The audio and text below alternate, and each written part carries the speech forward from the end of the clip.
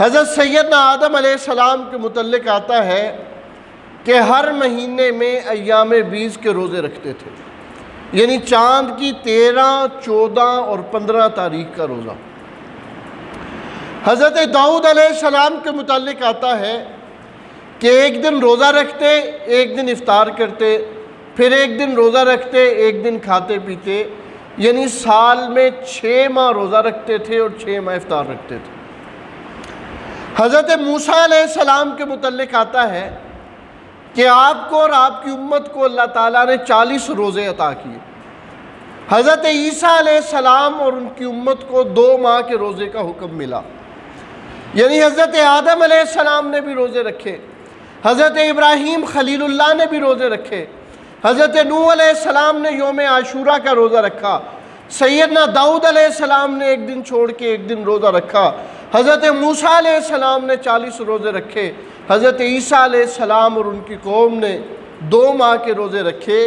تو یہ اس آیت کی تفسیر مفسرین نے لکھی ہے کہ اس سے پہلے جتنی بھی امتیں ہیں اللہ نے ہر امت کو کسی نہ کسی صورت میں روزے دیے۔ حضرت آدم علیہ السلام، ان کا ایک واقعہ آپ کو سناتا ہوں کہ حضرت آدم علیہ السلام سے جب خطا ہوئی اور زمین پر اتارے گئے، اماں حوا کہیں پر اتری، حضرت آدم کہیں پر اترے، دونوں کے درمیان بڑا فاصلہ تھا۔ بعض لوگوں نے تحقیق کی ہے، تحقیق کے درجے میں، کہ اماں حوا سرندیپ انڈیا کا علاقہ ہے وہاں پر اتری، حضرت آدم علیہ السلام عرب میں اترے۔ اب درمیان میں بڑا فاصلہ تھا اور حضرت آدم مسلسل رو رو کے دعا مانگ رہے ہیں، ربنا ظلمنا انفسنا وان لم تغفر لنا وترحمنا لنکونن من الخاسرین۔ اور پھر ایک دن جب حضور کا نام لے کے دعا مانگی اور اللہ نے آپ کی توبہ کو قبول کیا اور حضرت آدم اور اماں حوا کی ملاقات ہوئی اور زمین پر اپنی زندگی بسر کرنے لگے، تو ایک دن اپنا چہرہ انور پانی میں دیکھا تو یہ محسوس کیا کہ میرے اللہ نے جنت میں جو مجھے کمالات دیے تھے، جو جنت کا نور تھا اور جنت کا حسن و جمال تھا اور چہرے پر جو جنت میں بشاشت تھی، دنیا میں آنے کے بعد اس میں فرق پڑ گیا ہے، کم ہو گیا۔ میرا حسن و جمال، میرے وہ کمالات، ان میں کمی آ گئی ہے۔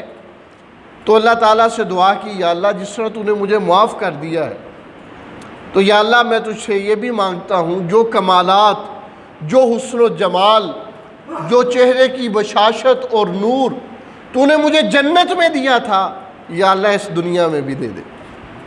تو اللہ تعالیٰ نے فرمایا، اے آدم، اگر تم اپنے جنت کے کھوئے ہوئے کمالات حاصل کرنا چاہتے ہو، اگر تم اپنا حسن و جمال حاصل کرنا چاہتے ہو، تو میری رضا کے لیے ایام 20 کے روزے 3 رکھو۔ 3 روزے رکھنے کی برکت سے تمہارے کمالات میں تمہیں واپس عطا کر دوں۔ تو حضرت آدم علیہ السلام نے 13 تاریخ کا روزہ رکھا اور اپنا چہرہ انور پانی میں دیکھا تو حسن و جمال میں اضافہ نظر آیا۔ پھر 14 کا روزہ رکھا اور اضافہ نظر آیا۔ پھر 15 کا روزہ رکھا۔ اللہ تعالیٰ نے ان روزوں کی برکت سے جتنے جنت کے کمالات تھے سارے کے سارے حضرت آدم علیہ السلام کو عطا فرمایا۔ روزہ ہمارے کھوئے ہوئے کمالات واپس کرنے کا ذریعہ ہے، روزہ ہماری کھوئی ہوئی نعمتوں کے حصول کا ذریعہ ہے، روزہ اللہ کے قرب کا ذریعہ ہے، روزہ معاشرے کی ترقی کا ذریعہ ہے، معاشرے میں برکت کا سبب ہے۔ آج بدقسمتی ہماری یہ ہے، پچھلے سال میں نے وہ رپورٹ پڑھی تھی کہ ہمارے معاشرے کے 5 یا 7% لوگ روزہ رکھتے ہیں، 93% لوگ روزہ نہیں رکھتے۔ آج اس کا بحران ہم دیکھ سکتے ہیں، ہماری زندگیوں میں اس کا زوال دیکھ سکتے ہیں۔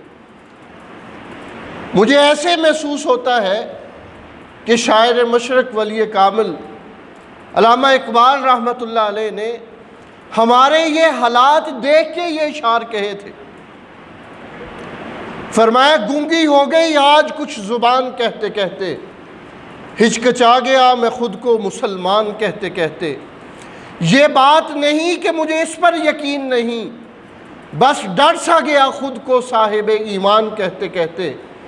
ایک وقت کی نماز کی مجھے توفیق نہ ہوئی اور چپ ہوا مؤذن اذان کہتے کہتے۔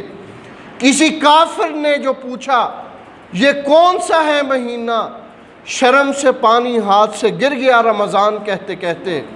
میری الماری میں پڑی گرد سے اٹی کتاب کا جو پوچھا، میں گڑ گیا زمین میں قرآن کہتے کہتے۔